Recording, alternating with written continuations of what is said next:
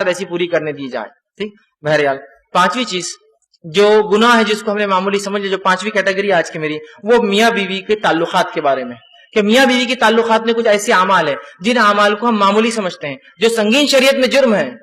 کبھی کبھار لگتا ہے یار یہ بہائی تو نہیں جو بات کہی جا رہی، یہ بہائی نہیں ہے، یہ شریعت کا علم ہے. اگر میں اپنی خواہش کی بنیاد پر آپ سے کہوں گا تو بہائی ہے، لیکن شریعت کا علم اور ایک حرام چیز سے بچنے کے لیے بات کہی جا رہی ہے. جو نبی اکرم صلی اللہ علیہ وسلم جو سب سے زیادہ پاک باز، سب سے زیادہ باحیا شخصیت تھے، ان کے منہ سے اور ان کے زبان سے نکلے ہوئے الفاظ ہے یہ، تاکہ امت اس گناہ سے بچ جائے. اس اعتبار سے میں بھی یہ باتوں کو رکھ رہا ہوں. ٹھیک ہے. تو پہلا گناہ جس چیز کو معمولی سمجھا جاتا ہے ہمارے سماج میں میاں بیوی کے تعلقات میں، وہ یہ ہے کہ جو ہے بیوی کا اپنے شوہر کو ہم بستری سے انکار کرنا، اپنے شوہر کو اپنے نزدیک آنے سے انکار کرنا. نبی اکرم صلی اللہ علیہ وسلم نے جامع صغیر کے اندر یہ روایت آتی ہے، آپ نے فرمایا جب شوہر اپنی بیوی کو بلائے، ہم بستری کے لیے بلائے، تو عورت پر واجب ہے کہ وہ فوراً اس کی بات مان لے، سوائے شرعی عذر کے وہ انکار کر سکتی. شرعی عذر، ایسی کوئی مجبوریاں جس کی وجہ سے مجبوری الگ بات ہے، لیکن شرعی عذر نہیں ہے تو آپ فرماتے ہیں وہ خاوند کی فوراً خاوند کے جو ہے بات کو مان لے، خواہ وہ اونٹ کے کجاوے پر کیوں نہ بلا رہا ہو، بیٹھا ہوا ہو. اونٹ کا کجاوہ مطلب اس کی زین جس سے بیٹھتا ہے انسان، اس پہ بھی بلا رہا ہو تو اس کو جانا پڑے گا، اس کو انکار نہیں کر سکتی ہے وہ. اس معاملے کو خواتین جو بیویاں ہیں جو اپنے شوہر کا حق دینا چاہتی ہے، اس بات کو یہ مد نظر رکھے، اس لیے کہ جب اس معاملے میں رسول اللہ فرما رہے کوتاہی ہوتی ہے نا، شریعت نے کیوں اہمیت دی اس بات کو، اس میں کوتاہی ہوتی ہے تو انسان پھر دوسری جگہ خواہشات پوری کرنے کی کوشش کرتا ہے، پھر وہ برداشت نہیں ہوتا ہے عورت کو، یا پھر وہ سوچتا ہے کہ یہ بیوی تو میری راضی نہیں ہوتی، اس کی اپنی مرضی ہوتی ہے. اس معاملے غیر شرعی بنیادوں پر انکار کرنا، یوں ہی انکار کرنا یا اپنی ضد پر اڑ جانا، یہ بہت سنگین جرم ہے. دوسری روایت میں آپ صلی اللہ علیہ وسلم صحیح بخاری کی روایت آپ نے فرمایا جب شوہر اپنی بیوی کو ہم بستری کے لیے بلائے اور بیوی انکار کر دے اور شوہر اپنی بیوی سے ناراضگی کی حالت میں سو جائے تو ساری رات، اور اگر وہ سوتا رہے ساری رات اگر ناراض رہے تو اس عورت پر صبح تک کے لیے فرشتے لعنت بھیجتے رہتے ہیں، فرشتے بددعائیں بھیجتے رہتے ہیں جو عورت اس طرح سے کرے. ٹھیک. دوسری چیز جو میاں بیوی کے تعلقات میں جس گناہ کو معمولی سمجھ لیا گیا ہے جبکہ شریعت میں اتنا سخت گناہ ہے، وہ یہ ہے عورت کا بنا کسی شرعی عذر کے اپنے خاوند شوہر سے طلاق کو ڈیمانڈ کرنا کہ بھائی مجھے طلاق دے دو، مجھے چھوڑ دو، مجھے چھوڑ دو، بنا کسی شرعی عذر کے. شرعی عذر ہو سکتے ہیں لیکن بنا شرعی عذر کے ڈیمانڈ کرنا یہ سخت گناہ ہے. صحیح جامع صغیر کی روایت ہے، آپ صلی اللہ علیہ وسلم فرمائے بغیر عذر کے خلا لینے والیاں اور اپنے شوہر سے چھٹکارا حاصل کرنے والیاں، گھر اجاڑنے والیاں، یہ اس امت کی منافق ہے. ٹھیک ہے. دوسری روایت نے فرمایا اور کہا جس عورت نے بغیر کسی سبب کے جو ہے اپنے خاوند سے طلاق طلب کی، اس پر جہنم واجب اور یہ جنت کی خوشبو نہیں سونگیں گی. بنا شرعی عذر کے، بس چھوٹی موٹی باتیں پسند نہیں آ رہا، اس کی انکم بہت کم اور چھوڑ رہی ہے، یہ شرعی عذر نہیں ہے. ہماری بہنوں کو چاہیے کہ اس بات کو بہت سنگینی سے لے. والدین کو چاہیے اپنے بچیوں کو سمجھائے کہ چھوٹی موٹی باتوں پر جو اپنے بیٹیوں کو نہ بٹھا لے. ڈیمانڈ کر رہے ہیں آپ، کتنی بری بات ہے، طلاق شوہر کا حق ہے اور آپ بیٹی ڈیمانڈ کرتی ہے، شرعی عذر بھی نہیں ہے اس کے پیچھے. تو یہ بڑی اہم چیز ہے، یاد رکھیں، اس بات کو سمجھنے دیں. تیسرا گناہ جو میاں بیوی کے تعلقات میں ہوتا ہے، اس کو معمولی سمجھ لیا گیا ہے اور اس کے تعلق سے اتنی سخت وعید ہے حدیث میں کہ جس کی کوئی انتہا نہیں، وہ ہے حالت حیض کے اندر بیوی سے ہم بستری کرنا یا ایسی جگہ پہ ہم بستری کرنا جو غیر فطری ہے پیچھے کے حصے میں. آپ صلی اللہ علیہ وسلم فرمایا، جامع ترمذی کی روایت حدیث کے الفاظ کو ذرا غور کیجئے، جس شخص نے حیض والی عورت سے ہم بستری کی یا عورت کے پیچھے دبر میں جمع کیا یا کاہن یا نجومی کے پاس گیا اور اس کی بات کی تصدیق کی، اس نے اس چیز کا انکار کیا جو محمد صلی اللہ علیہ وسلم پر نازل ہوئی. وہ ایک شریعت کا منکر ہے، اس شریعت کا اس نے انکار کیا جس نے وہ عمل کیا.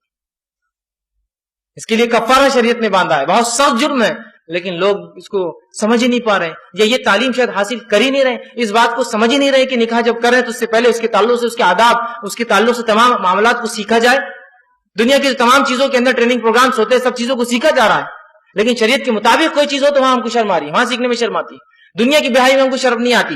ہمارے بچے 11ویں 12ویں کے اندر جاتے ہیں، سائنس پڑھتے ہیں جس کے اندر عورت اور مرد کے جو ہے اعضاءوں کے اور تفصیلات پر جسم کی تعلیم ہوتی ہے، وہ پڑھانا تو منظور ہے، لیکن بچے کو یہ سکھانا کہ شریعت تمہاری اور ہماری شریعت مطہرہ کیا سکھاتی ہے ہمارے بچوں، وہ ہم کو جو ہے بے شرمی بے حیائی، اور جو بولتا ہے وہ بے شرم آدمی ہے، وہ بے حیا ہے، اس کو عقل نہیں ہے، اس کو شرم اس کو ہے. بے شرم تو وہ ہے جو ان باتوں کو نہ بتانے کی وجہ سے امت کے اندر یہ باتیں پھیل رہی ہے، یہ برائیاں پھیل رہی ہے.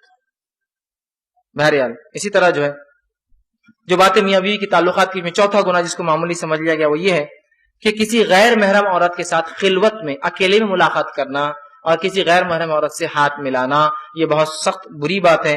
نبی اکرم صلی اللہ علیہ وسلم فرماتے ہیں، اس کے تعلق سے آپ نے فرمایا، ترمذی کی روایت ہے، جب بھی کوئی آدمی کسی غیر محرم عورت کے ساتھ تنہائی میں ملتا ہے تو وہ 2 نہیں تیسرا ان میں شیطان ہوتا ہے، وہ 3 ہو جاتے ہیں. اور میری بات یاد رکھیے، جب بھی بارود اور آگ، چاہے کتنے بھی اچھے دوست ہو، بارود اور آگ ملتے ہیں دھماکہ ہونا ہی ہے، چاہے کتنے اچھے دوست ہوں. آگ بھی بول رہی میں اچھی دوست ہوں تمہاری، بارود بول رہا بہت اچھا دوست ہوں، لیکن جب ملیں گے تو سوائے دھماکے کے کچھ نہیں ہو سکتا. انٹینسٹی زیادہ کم ہوں گی لیکن دھماکہ ضرور ہوگا. تو مرد اور عورت جب غیر محرم ملتے ہیں، یہ بارود اور آگ ہے. یہ کبھی بھی کتنے اچھی نیت سے ملے، یہ دھماکہ ہونا ہی، یہ کبھی ساتھ نہیں رہ سکتے ہیں. ٹھیک. اسی طرح آپ صلی اللہ علیہ وسلم نے فرمایا اور کہا، عورت سے ہاتھ ملانا تو بہت دور کی بات ہے، عورت کا تعلق سے دھکا لگنا کیا ہے اس کے بارے میں کیا. تو ہاتھ ملانا بولے تو پکڑنا ہو جاتا ہے، اسی دھکے کے تعلق سے آپ فرماتے ہیں. اور آپ نے فرمایا، صحیح جو ہے جامع صغیر کی روایت ہے، تم میں سے کسی شخص کے لیے ایک کیل لے کر اپنے سر میں مار لینا، ٹھوک لینا. اور ظاہر سر میں کیلا ٹھوکیں گے تو کیا ہوگا، سمجھ رہے نا آپ. سر میں کیل لے کر ٹھوک لینا زیادہ بہتر ہے اس سے کہ کسی غیر محرم کو چھوئے، دھکا لگائے. کیل لے کے ٹھوک لینا زیادہ بہتر ہے بنسبت اس کے کسی غیر محرم کو دھکا لگے. یہاں ہاتھ ملانے میں دھکا کہاں لگتا ہے، ہاتھ ملایا جاتا ہے پورا.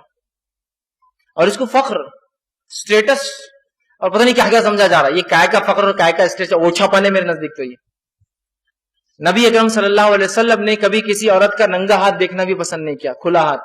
ایک بار ایک خاتون جس کو علم نہیں تھا شریعت کا، وہ مدینہ آئی اور بیعت آپ کے پاس بیعت کرنے کے لیے آئی. اسے پتہ نہیں تھا کہ عورتوں کی بات اللہ کے رسول کیسی لیتے ہیں.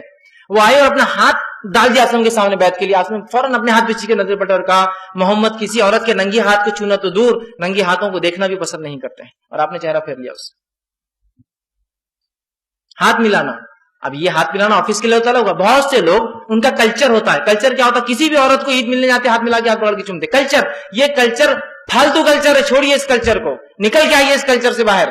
یہ شریعت نہیں ہے. جو شریعت محمد یہ کہہ رہے کیلا ٹھوکنا افضل ہے سر میں، ہاتھ ملا، ہاتھ دھکا لگنے سے. کیسے وہ اجازت دیں گا کہ آپ کلچر کے نام پر جو کسی عورت کا ہاتھ پکڑے؟ نہیں، ہاں پر سماج میں چلتا ہے، کلچر ہے ہمارا کہ کسی بھی عورت کا ہاتھ پکڑ کے ہم چومتے عید کے دن خوشی میں چومتے. یہ کلچر شریعت نہیں ہے.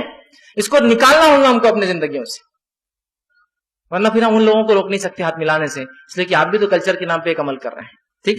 اسی طرح جو ہے چھٹی چیز، جو گناہ جس کو معمولی سمجھ لیا ہم نے اپنے سماج میں کرنا، جو کہ شریعت کے نزدیک حرام ہے، سب گناہ ہے، وہ یہ ہے جو ہے معاملات اور تجارت.